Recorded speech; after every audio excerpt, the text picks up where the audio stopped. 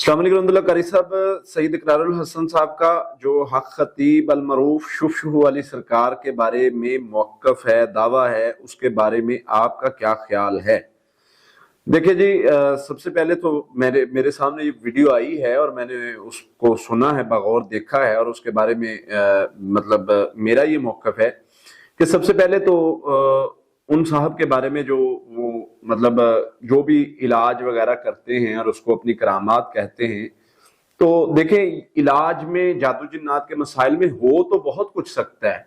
सुइयों का लगना और इस तरह के बहुत सारे मामला तो हो सकते हैं, बॉडी में से कुछ भी निकल भी सकता है, इसमें कोई गलत नहीं। लेकिन इसको करामत कहना और इस तरह कहना, तो ये एक मतलब अपनी जुबानी अपनी वो बनने वाली बात हो जाती है। और दूसरी चीज लोग अक्सर ये भी मुझे काफी दिन से सवाल आ रहा है कि जी लोग ठीक कैसे हो जाते हैं वहां से।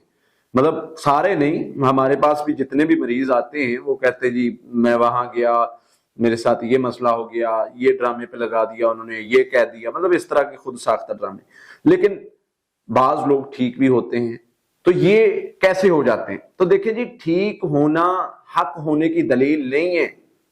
ईसाई भी ऐसे हैं जो ऐसे हाथ करते हैं, सारे तावीज आपके निकाल देते हैं। बहुत सारे ऐसे, अल्लाह के नबी सल्लल्लाहु अलैहि वसल्लम के दौर में जो मंदिर था वादी नखला में, उज़्ज़ा नामी बुत नस्ब था, वहां पर भी काम हो रहे थे लोगों के। वहां पर लोगों का जम्मे गफीर होता था, और उस बुत पर जब अल्लाह के नबी सल्लल्लाहु अलैहि वसल्लम ने हज़रत खालिद बिन वलीद रज़ी अल्लाह तआला से कहा कि इसको गिराओ, गिराया गया। बाद में पता चला कि ये नबी सल्लल्लाहु अलैहि वसल्लम ने बताया कि यहाँ पर तो शैतान रहता था, जिन नहीं रहती थी जो इन लोगों के काम करते थे। तो शैतान तो ऐसे लोगों को मतलब लगाता है कि आप कुरान से दूर हो जाओ और बस वो तावीज और एक फूक पर लग जाओ कि उसी से शिफा है, उसी से।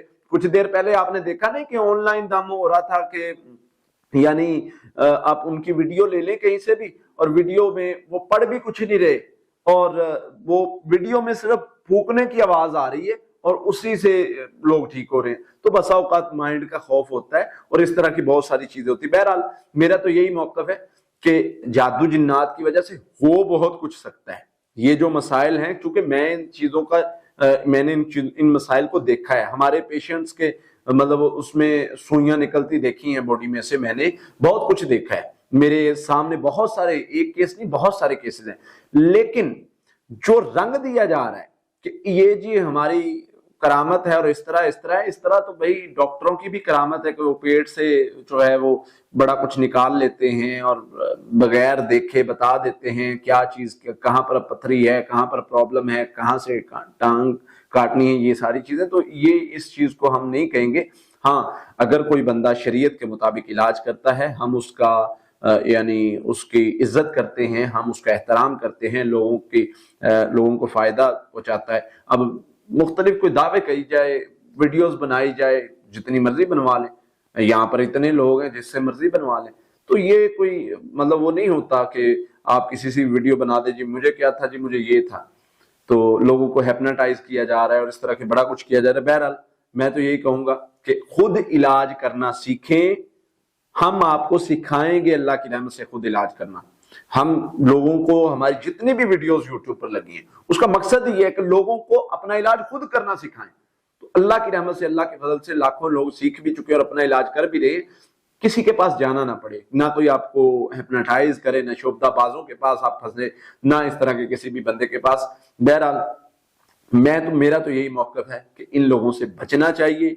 इन लोगों से मिलने से आपको खैर नहीं मिलती। इन लोगों से मिलने से जो आपको अल्लाह के करीब नहीं कर सकता, जो कहता है कि वजीफा नहीं पढ़ना, जिक्र नहीं करना, कुरान नहीं पढ़ना, बस एक फूंक मरवा लो और ठीक हो गए और सारे काम तुम्हारे, तो ऐसा नहीं होता। कुरान से शिफा मिलती है, और कुरान ऊंची पढ़े ना। नबी सल्लल्लाहु अलैहि वसल्लम ने तो यही कहा है ना दम के बारे में कि उसमें शिरक ना हो, दम जायज है, जो भी हो। अब दम को पढ़ा जाएगा तो पता चलेगा ना क्या पढ़ रहा है, हमें क्या पता क्या पढ़ रहा है। तो ऊंची पढ़े, कोई इख्तलाफ नहीं, कोई मसला नहीं है। दम करे, रुकिया करे, बुलंद आवाज से करे तो शिफा मिले तो खैर है, उसमें कोई मसला नहीं है।